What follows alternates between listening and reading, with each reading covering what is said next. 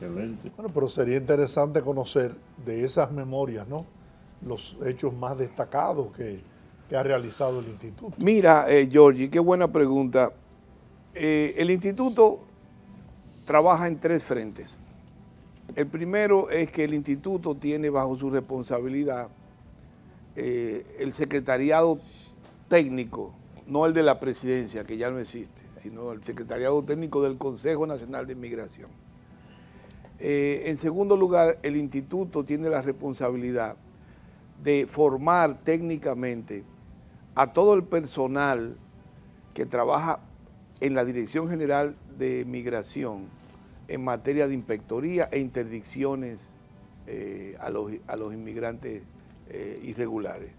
Y en tercer lugar, nosotros tenemos la responsabilidad de generar la información, las estadísticas, los estudios que apoyan o que deben apoyar las decisiones de políticas migratorias que órganos como el Consejo y otras instancias estatales toman.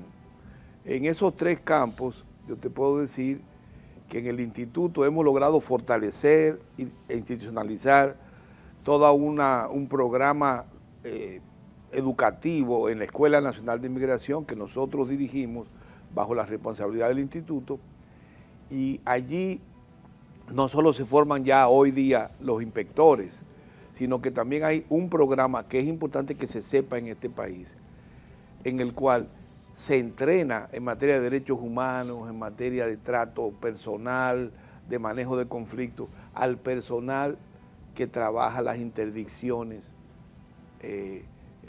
a los inmigrantes irregulares.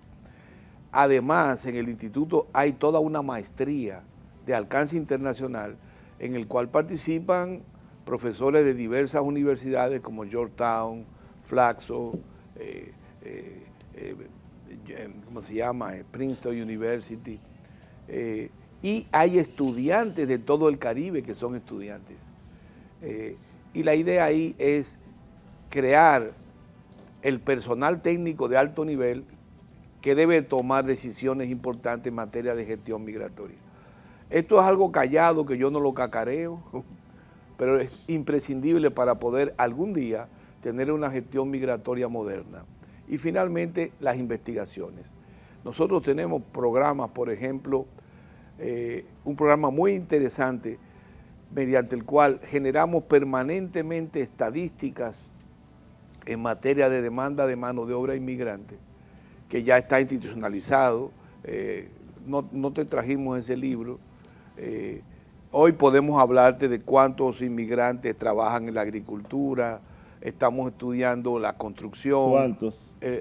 En materia del sector que produce para el mercado interno, son unos 100,000 trabajadores, 110,000.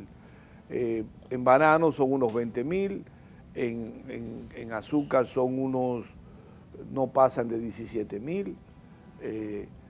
Aprovecho la ocasión para preguntarte, porque siento que hay una exageración en la cantidad de inmigrantes. Indudablemente que la hay. ¿No? Porque algunos hablan de 2 millones, otros hablan de 3 millones. No tiene ningún informe, eso están hablando de tonterías. Entonces, sí, para exacerbar... Bueno, las proyecciones que nosotros hemos hecho en base a estadísticas reales hablan de 1 millón y tantos de inmigrantes de origen haitiano y no haitiano. En el país para este año hemos estimado en unos 1.100.000, de los cuales... los venezolanos. A todos, sí. De los cuales un 80% más son de origen haitiano. Pero, o sea, por ejemplo, en la mano de obra, la estimación que nosotros hemos hecho indica que alrededor de entre un 8 y 9% de la PEA, de la población económicamente activa, son inmigrantes extranjeros o hijos de inmigrantes. O sea, y eso es una tasa más o menos normal en la mayoría de los países. Eso. Sí, porque por ejemplo en Nicaragua y Costa Rica, que hay un programa migratorio por igual, se habla de cerca de 2 millones de de Nica. No, aquí no hay tantos. Bueno, en Costa Rica hay muchos trabajos, pero también en Costa Rica hay víctimas de todos esos prejuicios contra los inmigrantes nicaragüenses. A diferencia de nosotros, ellos sí tienen un programa bastante exitoso de ordenamiento y documentación que nosotros debiéramos aprender de ellos. Eso decía Hipólito Mejía en una entrevista que le hicimos ayer. Decía de la necesidad como de regular todo eso que usted está diciendo. Es decir, ¿cuántos inmigrantes? Bueno, mi hijo, que es ingeniero civil, me decía, una vaina, eso de que van a deportar 10.000 haitianos semanales, ahora lo que ha hecho es encarecer la mano de obra haitiana. En el sector donde se desenvuelve, que es la construcción, los haitianos son fundamentales, determinantes. El 30% de la mano de obra inmigrante, de la mano de obra del sector construcción es inmigrante. Una vez dijo el ministro de Obras Públicas del PLD. Limber, sí. No. Tú dices cosas. Sí. Dijo que si... Omar Benítez. No, de Obras Públicas. De Obras Públicas, ya. Yo digo. Que sin esa mano de obra... La economía dominicana colapsaba. Sí, y es cierto. Entonces, lo ideal sería regular y establecer qué cantidad de inmigrantes haitianos necesitamos, como se hacía en el pasado, necesitamos para el sector agropecuario, para el corte de la caña, para la construcción, etcétera. Sí.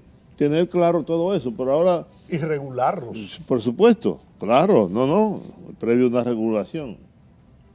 Mira, eso es un tema complejo, tenemos años con este debate, pero la verdad es que para poner orden en ese universo se necesitan varios requisitos. En primer lugar, necesitamos una frontera razonablemente segura, vamos a llamarle así, no sea una frontera porosa. ¿Y el voto para qué es? Este es un punto importante, pero déjame cerrarte la argumentación. Porque si no tenemos una frontera segura, no vamos a tener las garantías que nos permitan decir que los programas de repatriación son eficientes.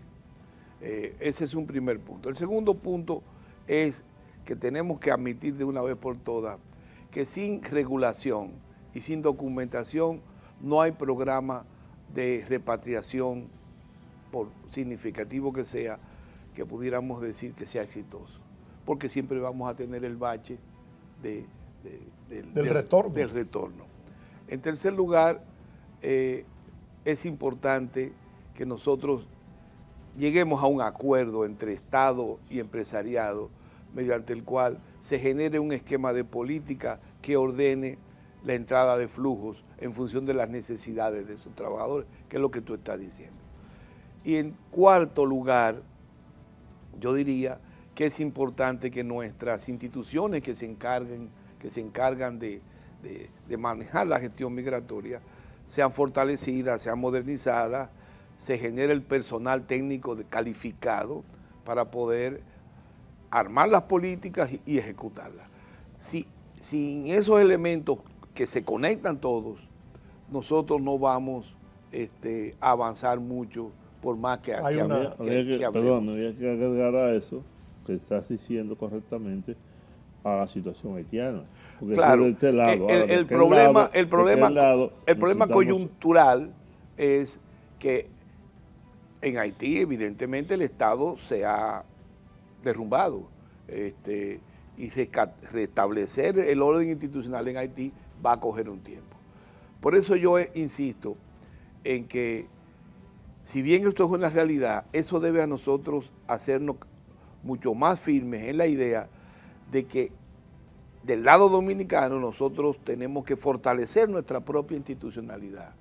Ahora, incluso con muchísimo más razón que antes de la crisis. Ese es un punto fundamental. Hay una situación que se enfrenta a ese planteamiento y es el hecho de que tenemos una ley que ampara al trabajador dominicano en una proporción de un 80% y apenas un 20% para mano de obra inmigrantes. Sí, eso es mira, yo creo que la modernización de nuestros mercados laborales pasa por una revisión de todos esos mecanismos.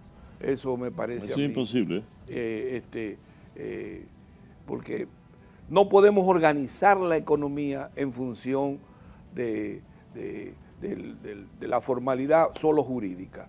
Necesitamos tener una lectura más realista y práctica.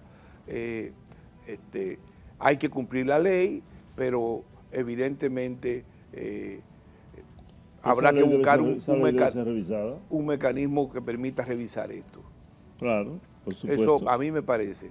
Pero, como les decía, un esquema de política moderno requiere la articulación de esos diversos momentos modernizadores que permitan documentar, regular, que permitan hacer de la repatriación un mecanismo realmente eficiente, frontera segura y acuerdos modernos con el empresariado en función de las necesidades reales que se tengan en el mercado laboral. De lo contrario, si no trabajamos en cada uno de esos campos, siempre vamos a tener un hándicap, siempre vamos a tener algo incompleto y en consecuencia seremos ineficientes.